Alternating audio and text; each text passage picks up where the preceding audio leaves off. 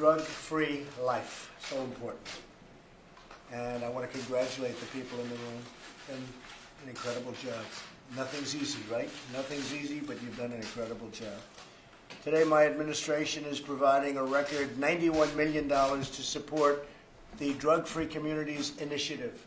Grants will be awarded to more than 730 community groups in all 50 states. That's a lot of groups. That's a lot of people, impacting more communities than ever before. We've never done anything to this extent. We've never done anything this large or where we reached out to so many people, great people.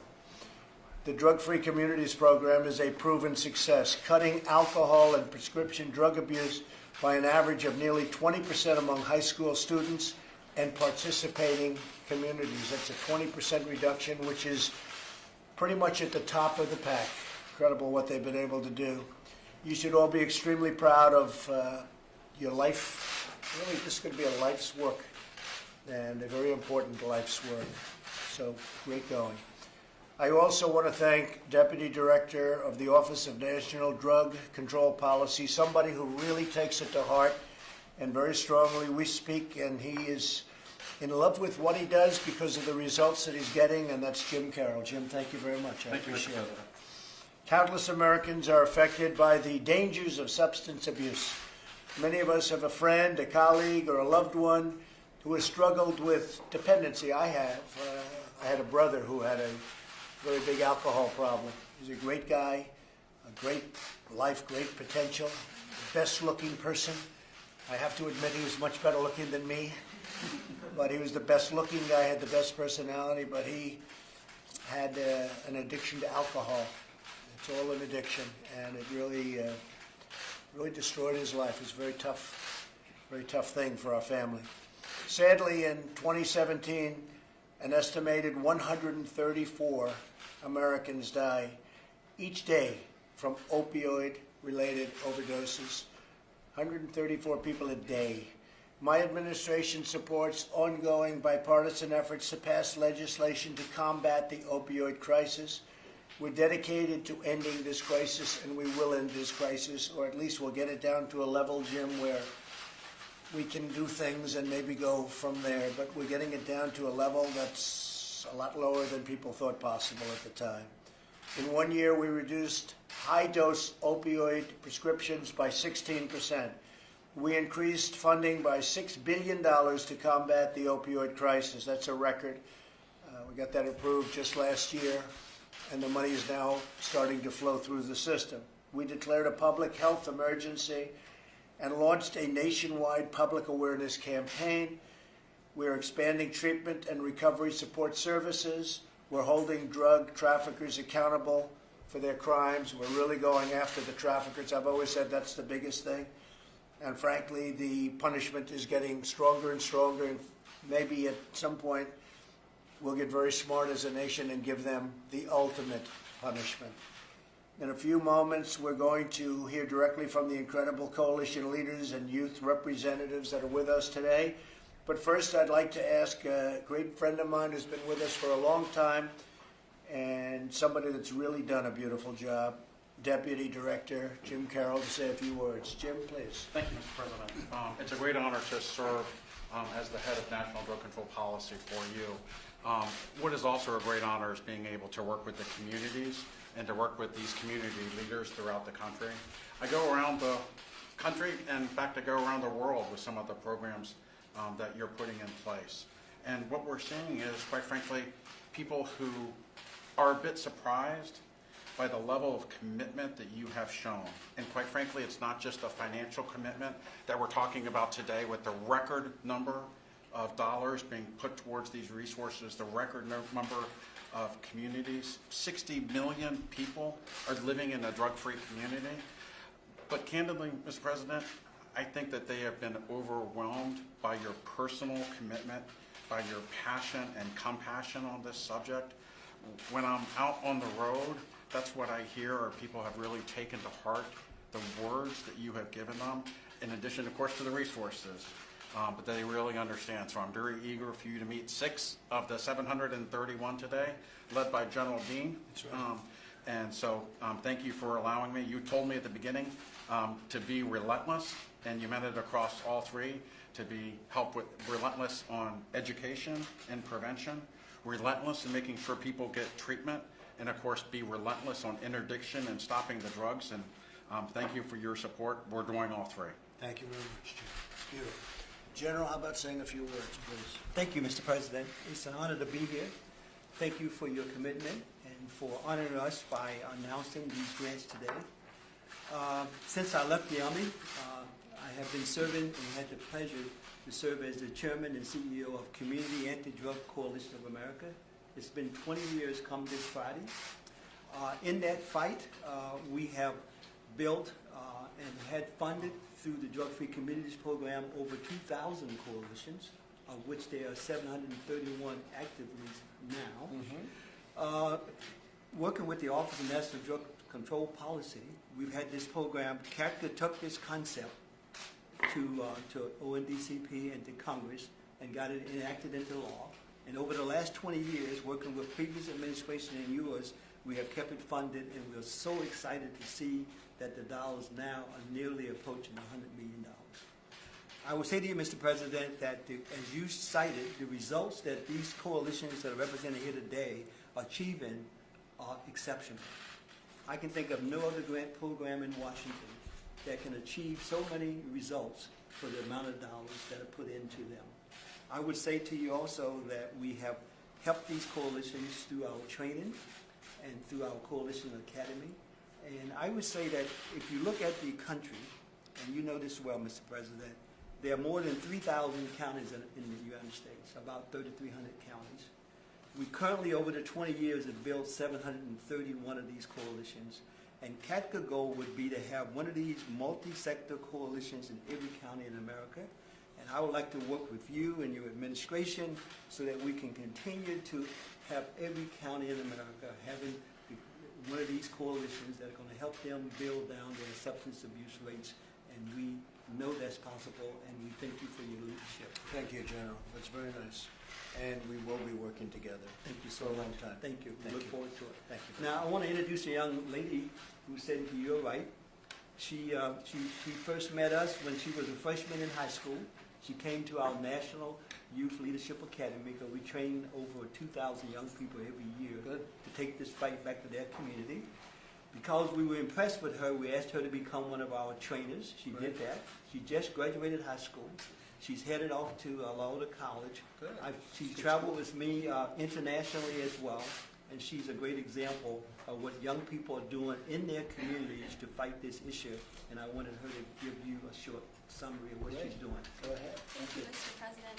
So my name is Ananya Patia from Chicago, Illinois, and I've been working with our coalition for approximately 4 years now, and they've been DFC funded for a majority of those years. And with them, we've been able to see a statistical decrease in the use of alcohol, marijuana, and tobacco. And through CATCA, as General Dean mentioned, I have the ability to collaborate with youth across our country who likewise have been funded by the DFC grant. And together we are able to notice that you are giving us the power to work truly in our communities from a bottom perspective going up. So this March I actually had the opportunity to go to Vienna, Austria as the U.S. Youth Delegate for the United Nations Commission on Narcotic Drugs. And there I was able to collaborate with youth from across the world. And I was comparing and contrasting different ways of prevention that's done across the world. And truly, the ONDCP's DFC grant is one of a kind because we are giving power to the local communities to do what they deem necessary. And so I truly wanted to thank you for giving all that power and trust to the local communities to deal with these local problems. So, Thank you. That was so beautifully done. Wow. I almost want to applaud. Well, see, now with all of these people, you're going to become very famous, and you'll probably end up being a television star. And you'll forget all about me, right? Well, thank you, Don. I appreciate it. Really beautifully done. Would you like to say something? That's a tough one to get. You had a point there, Mr. President. My name is Jacob Hewitt. I'm from Scott County, Tennessee, and I'm honored to be here. I have to tell you, I'm the least deserving person to be able to represent my county. And for the past 5 years, I've wanted to do nothing but help my community. And without organizations like STAND and CADCA and without people like Mr. Carroll and General Dean, it wouldn't have been possible. STAND altered my life. My family, they have a long history of drug and alcohol abuse, and my parents, they were the exception. And I kind of realized that the good life I've had, they weren't able to. My grandpa, he was in World War II. He got wounded, and he coped using alcohol when he had PTSD. It was nothing for him to wake up in the middle of the night and think he was in the war again and trying to escape from the house, and he'd beat anyone to make it. On my dad's side, he wasn't encouraged to go to school. He has an 8th grade education. And the life that my parents made for themselves, my dad is a maintenance man with the local school system, and I'm proud of him. And my mother is a teacher with 3 degrees. And my entire life, my dad has pushed me and encouraged me to get an education, and my mom has taught me how to use it. And I have to tell you, if a coalition like STAND had existed when they were children, their lives would have been way different. And I will not stop advocating for my county until every child has had the same opportunities that I've been blessed with. I want to thank you for your time. Well, I have to tell you, I think he maybe did just as well. And he had no idea this was coming. You had a little idea. He had no idea. That was a great job. Thank you very much. And say hello to everybody. Right? Tell them we're proud of you. It's a beautiful job. How about you? Hi, okay, I'm Savannah Cooney. I'm from Raymond, New Hampshire, that's in southeastern New Hampshire. I'm with Raymond Coalition for Youth, and my biggest, if I could give you one thing, my experience being in a coalition and the work I've done, is that youth voice is vital if we're going to try to work on prevention. Youth are just naturally going to listen to other youth more than they're going to adults because they can connect to their peers. So by empowering and educating those youth that are involved with the coalition, also getting more people involved with the coalition through community events and such, those things are so important because then we're able to give to our peers who may not have been involved with the coalition, and we can break social norms and we can tell them, drinking and marijuana use is not just a rite of passage that we have to go through. There's so many other options. And coming from New Hampshire, we do have the whole country does have an opioid crisis. And although we are working directly with that, we are very certain that if we keep working with the alcohol and marijuana prevention with teens, that is really where we're going to find that's the start that then becomes an opioid crisis. So although we have to work directly with the opioid crisis, working with the prevention of using alcohol and marijuana is just as important, Right. because that's where it all starts. Great And job. thank you for your time. That's really nice. So it really is having an impact. Yes. That's great. Great job. Thank you. Thank you very much. Please. Hello, I'm Sarah Purvis. I'm with the Jackson County Anti-Drug Coalition in West Virginia. All I'm going to say is with this grant, we have seen such a major change among our youth in our county. And it's been it's crazy because we see it all the time. And we see people change their minds and see people change their lives because of what we're doing. And it's just great. Great place, West Virginia. You just left. Yeah. Incredible people. Well, thank you all very much. You're really very inspirational. We're going to stay around and talk a little bit, and we'll let the media leave. I hope you miss the media when they leave. But I really appreciate those few statements because they were really beautifully delivered and said, and I know they're said from the heart. So thank you all very much. Thank you, everybody.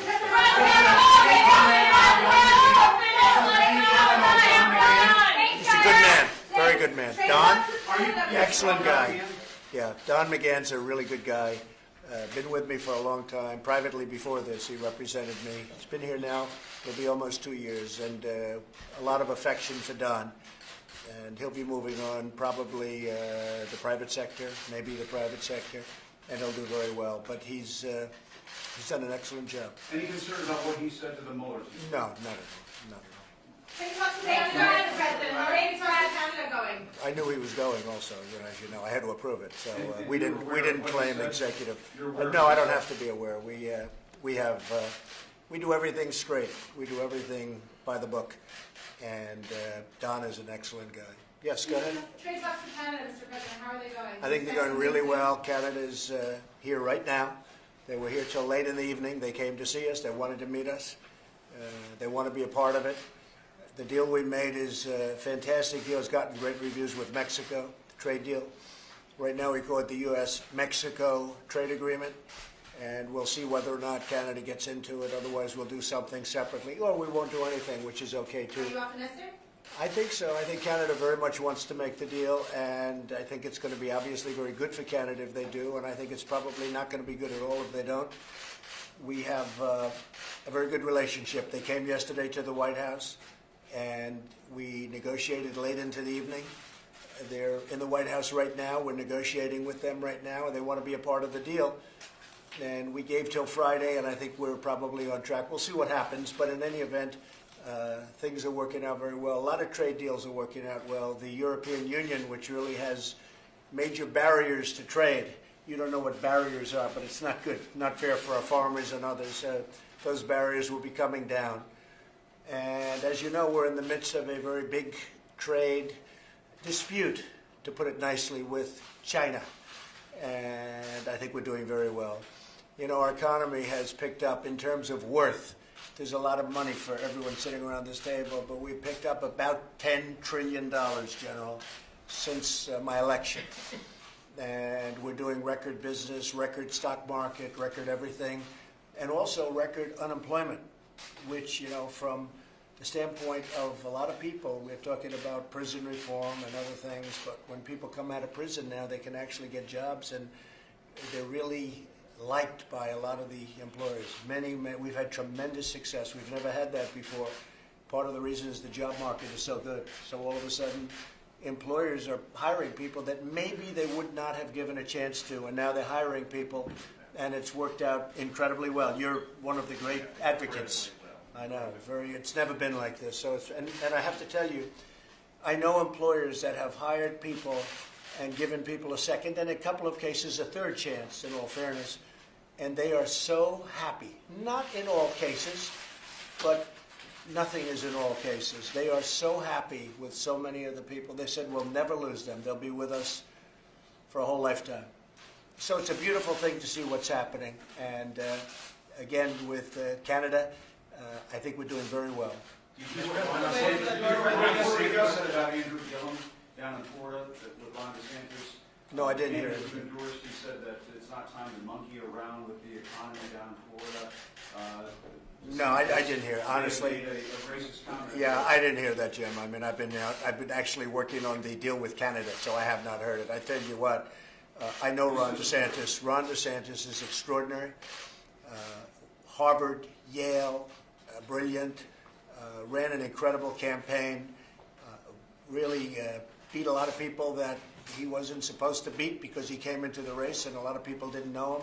He's an extreme talent, and he will make a fantastic governor of Florida. So I think Ron is, he's extraordinary in so many different ways. I haven't heard that at all, no. President, Puerto Rico, do you still believe that the federal government's response to the hurricanes last Yeah, I think Puerto Rico, I think we did a fantastic job in Puerto Rico. We're still helping Puerto Rico. The governor is an excellent guy, and he is very happy with the job we've done. We have put billions and billions of dollars into Puerto Rico, and it was a very tough one. Don't forget, their electric plant was dead before the hurricane. If you look back on your records, you'll see that that plant was dead, it was shut, it was bankrupt, it was out of business. They owed tremendous amounts of money. They had it closed up, and then when the hurricane came, people said, what are we going to do about electricity? That wasn't really the hurricane. That was gone before the hurricane, but we've put a lot of money and a lot of effort into Puerto Rico. And I think most of the people in Puerto Rico really appreciate what we've done. You know, Texas healed quickly, and the people were incredible. Florida healed quickly, and everybody worked very hard. Puerto Rico was actually more difficult because of the fact it's an island. It's much harder to get things onto the island. With Texas, you're land-based. With Florida, you're land-based. Puerto Rico is a very difficult situation. I only hope they don't get hit again, because they were hit by two right in a row, and really the likes of which we have never seen before. But the people of Puerto Rico are great people. They worked very hard. But Puerto Rico, I would say, was by far the most difficult of the group. And, you know, right now, FEMA and all of the people that work so hard there, they were very brave, and they have done some job. But Puerto Rico had a lot of difficulties before it got hit, and we're straightening out those difficulties even now. Hey, thank you very much, everybody. I think we're doing well with North Korea. We'll have to see. I think part of the North Korean problem is caused by our trade disputes with China. China's been taking out about $500 billion a year from the United States for many years, and we can't let that happen. So when we started working a little bit against China, and we have a great relationship with China. I have a great relationship with President Xi. I think he's a terrific man, a terrific person. But we have to straighten out our trade relationship because too much money is being lost by us. And as you know, China is the route to North Korea. 93% of the product and various things that go into North Korea go in through China. So I think that now that we're in somewhat, I don't like to call it a trade war, and I think, you know, our country is doing very well, but China's having a very, very tough time. And I think that China makes it much more difficult in terms of our relationship with North Korea. Now, I knew that, but I couldn't wait any longer when I got in. I've been talking about China for a long time. When I came into office, I purposely didn't do much with respect to the trade on China because I wanted to see if we could work out North Korea. But when you're losing $400 to $500 billion a year, and it's going to China and coming away from our country and our taxpayers, I can't let that go on. So we are being very strong on China. I think it's all going to work out. Our country has gone up, and they are, you know, they're having a hard time. So I think, North Korea is holding out their end of the deal. well, we're going to have to see. But I think China probably has a great influence over North Korea. I have a fantastic relationship with Chairman Kim, as you probably know, and we're just going to have to see how it all ends up. But I had to move on China from the standpoint of trade because it really was not fair to our country. We were just pouring money. For many years, presidents, they closed their eyes. And I'm talking about not President Obama, I'm talking about many presidents. And they closed their eyes, and hundreds of billions of dollars a year was pouring out of the United States and taxpayers and everything else. So we had to do that. Impact on your voters, on your votes? No, I think we're going to have a very positive impact. I mean, if you look at the polls, based on the polls, it's positive. Based on the polls, it's the highest in the Republican Party, I guess, forever or for a long time. And it's been, I don't do it for the polls. Honestly, people won't necessarily agree with this. I do nothing for the polls. I do it to do what's right. I'm here for an extended period of time. I'm here for a period that's a very important period of time. And we are straightening out this country. And one of the biggest things we want to straighten out is what the people in this room represent. That's drug abuse and alcohol abuse and all of the problems. And I think it's something that maybe a lot of people don't talk about. You know, we'll talk about other things. But to me, this is just as exciting as creating a Space Force or sending rockets up or doing so many of the things that we're doing. So I really don't, and I can tell you this, Jim, I don't do anything for polls. I do it, I enjoy looking at polls. It's interesting to see, but ultimately I always make a decision based on what's right and what's wrong. Well, I just hope there won't be violence. I can tell you that, because that's the way, I guess, if you look at what happens, there's a lot of unnecessary violence all over the world, but also in this country. And I don't want to see it. Yes? Can I ask you about Google, sir? What would you like the federal government to do about Google? Well, I think that Google and Facebook and Twitter, I think they treat conservatives and Republicans very unfairly. I could tell you that I have personal experience. I have a lot of people on the various platforms. Dan would tell you probably over 100 million, over 125 million. What is the numbers, Dan, here? Dan? What You're is at it? about 160 million across all the platforms. 160 million Facebook, people. Twitter, I have Snapchat. numerous platforms. But that's a lot of people. But I can tell you when things are different. And all of a sudden you lose people and you say, where did they go? They're taken off.